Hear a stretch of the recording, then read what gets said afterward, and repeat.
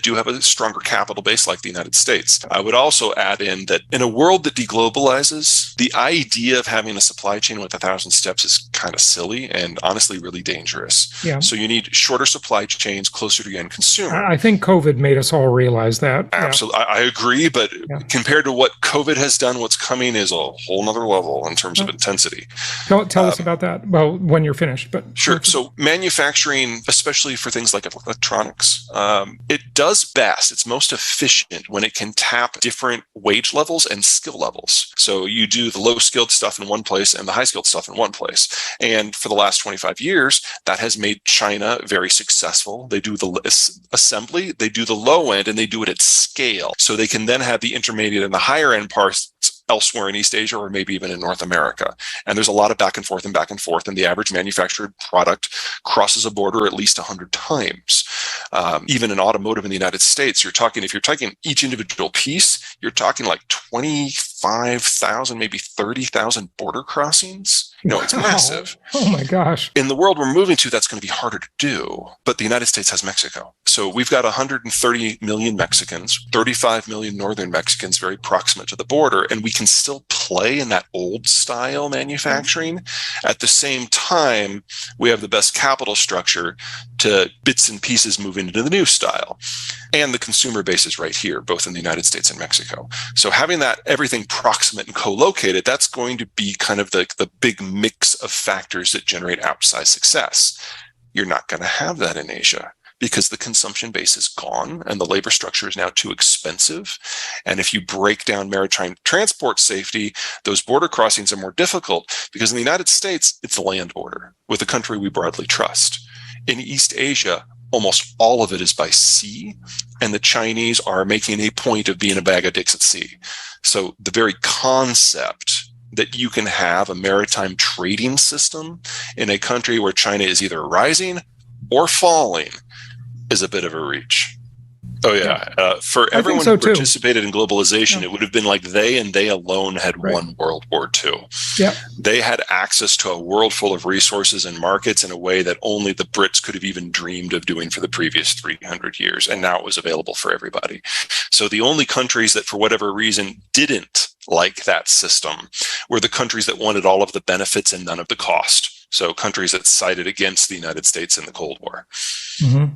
And get a bunch of allies to side with us, even in the worst case scenario. That's why we did it. The fact that it made the whole world wealthy was a happy side effect from our point of view.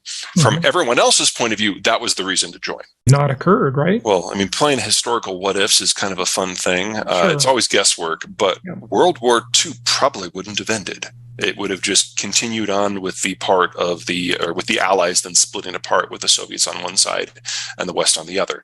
And keep in mind that in the dying days of World War II, we dropped a couple A-bombs. So I think you have an idea of what that field of competition might have looked like.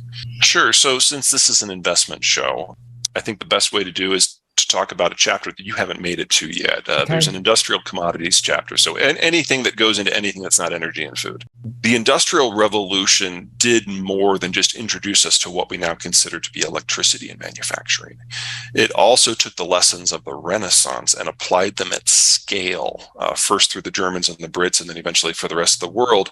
And we figured out all these components and elements that make up our world, and we figured out how to purify them and then recombine them in ways we found useful. What we have missed in the discussion of modern globalization and economic integration is their role.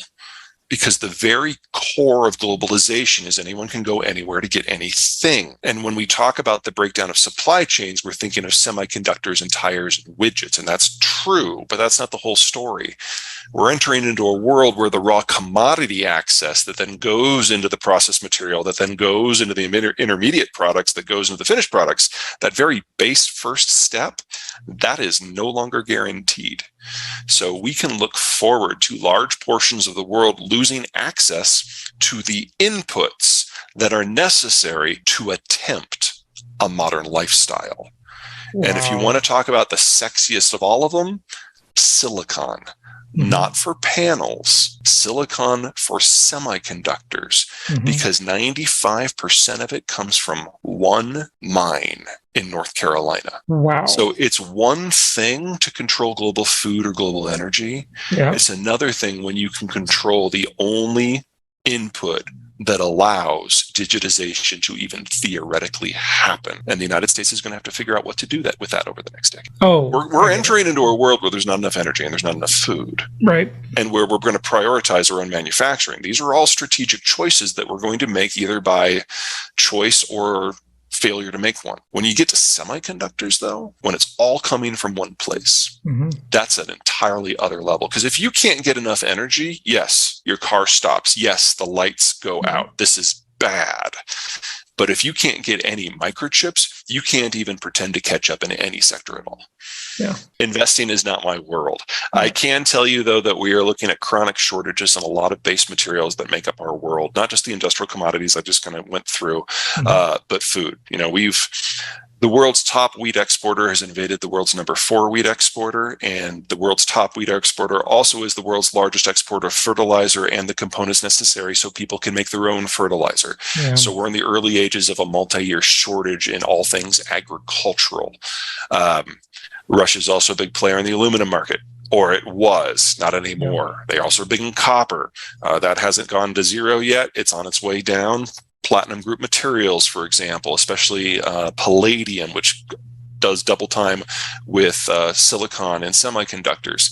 The problem as you're looking at all of these, however, is that sourcing is critical. One of the biggest disservices, in my opinion, that the financial sector has done for us all over the last 20 years is become used to this environment where capital is flush and liquid and we can invest in everything and we don't have to be all that discerning. Right. Because if the money is free, why the hell not? Well, the money's not free anymore. And so the financial sector has to actually provide value add. In the old system, the entire developing world was in one exchange traded fund. That's asinine to think that India and Brazil and China and Russia have anything in common aside from size. Their markets are completely different. The sectors they play in are completely different. Investing in them is completely different. And yet there they are all together. Same with frontier markets, which makes even less sense. Like what in the world do Argentina and Vietnam have in common? Yeah. Nothing. We have to disaggregate all that now. Okay. And that goes not just for the markets in general, but for the specific products. So, for example, if you want to invest in agricultural processing, that seems like a big business right now. It's probably going to get bigger. But all the major agricultural processes that operate in the economies that are not getting hit by these shortages, think France, Canada, Australia, the United States, they're also in Russia and Ukraine. So you really have to do your homework to carve out the parts of the world from your investment choices that just aren't playing anymore. And that means you have to remove companies that had been household names. I'm thinking just Bunge here to pick one out of the air. That is not inappropriate if you want to take advantage of the kind of this boom we're going to see in demand for those products in an era of scarcity. That's messy because a lot of them are closer to home. Overall, I think that's a great idea, but you have to be really, really careful of what the sourcing is and where the companies that are producing that material are selling into. So, for example, if you're selling into the United States, particularly in the Mountain West, the Southwest, or the South, that is where the boom in the United States is going to be in residential real estate for at least the next 15 years. People are moving there because it's warmer. That's the boomers. People are moving there because it's cheaper. That's the millennials having families. And nobody wants to be on a metro where they might get COVID again. So, everyone's moving into that kind of arc.